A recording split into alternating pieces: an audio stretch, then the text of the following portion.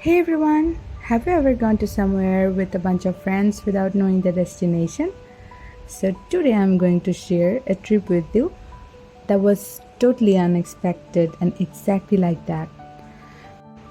এই বছরের প্রথম দিকে আমরা ভার্সিটির ফ্রেন্ডরা মিলে প্ল্যান করেছিলাম যে আমরা শ্রীমঙ্গলে যাব, কিন্তু আমরা জানতাম না এক্স্যাক্টলি আমরা কোথায় যাব। তারপরে আমরা মানে নর্মালি প্ল্যান করলে খুব একটা সাকসেসফুল হয় না, তার জন্য আমরা খুব একটা এটা নিয়ে আলোচনা করিনি। আমরা রওনা হয়ে যাই শ্রীমঙ্গলের উদ্দেশ্যে। তারপরে আমরা বাস রেডি করি আর আমরা কয়েকজন ফ্রেন্ডরা মিলে আমরা চলে যাই শ্রীমঙ্গলে। তো ওইখানে যাওয়ার পরে আমরা একটা রেস্টুরেন্টে বসি। ওইখানে আমরা প্ল্যান করি যে কোথায় যাওয়া যায়। তো মেইনলি আমরা গিয়েছিলাম দার্জিলিং টিলা আর লাউয়াছড়াতে।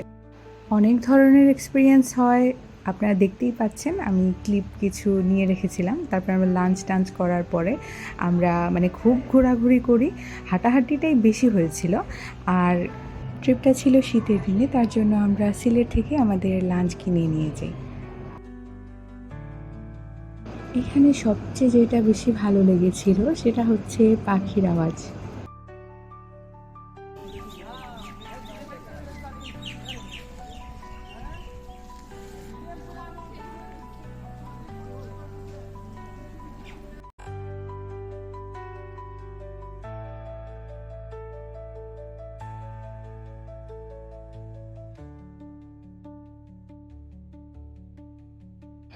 আমরা টঙের দোকান খুঁজছিলাম চা খাওয়ার জন্য। আমি শ্রীমঙ্গলে যতবারই যাই আমি টঙের দোকানে চা খেতেই হয় আমার।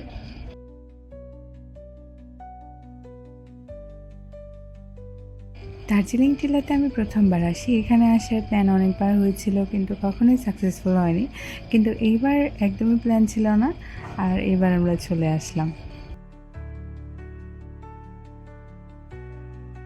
প্লেসটা অনেক মজার ছিল, ছোটোখাটো অ্যাডভেঞ্চার করার মতো।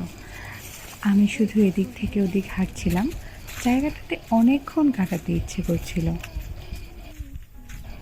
মনে মনে ভাবছিলাম শুধু এই জায়গার উদ্দেশ্যে একদিন যাওয়া দরকার, কারণ এখানে অনেকক্ষণ কাটানোর মতো একটা জায়গা, যেটা কিছুক্ষণের জন্য আসলে অবশ্যই মন পুষবে না।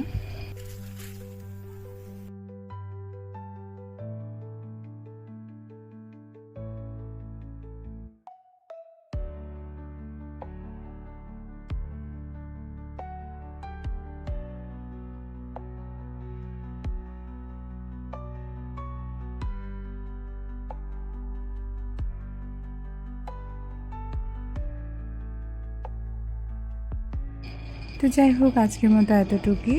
এই ট্রিপটা আসলেই অনেক বেশি জোশ ছিল।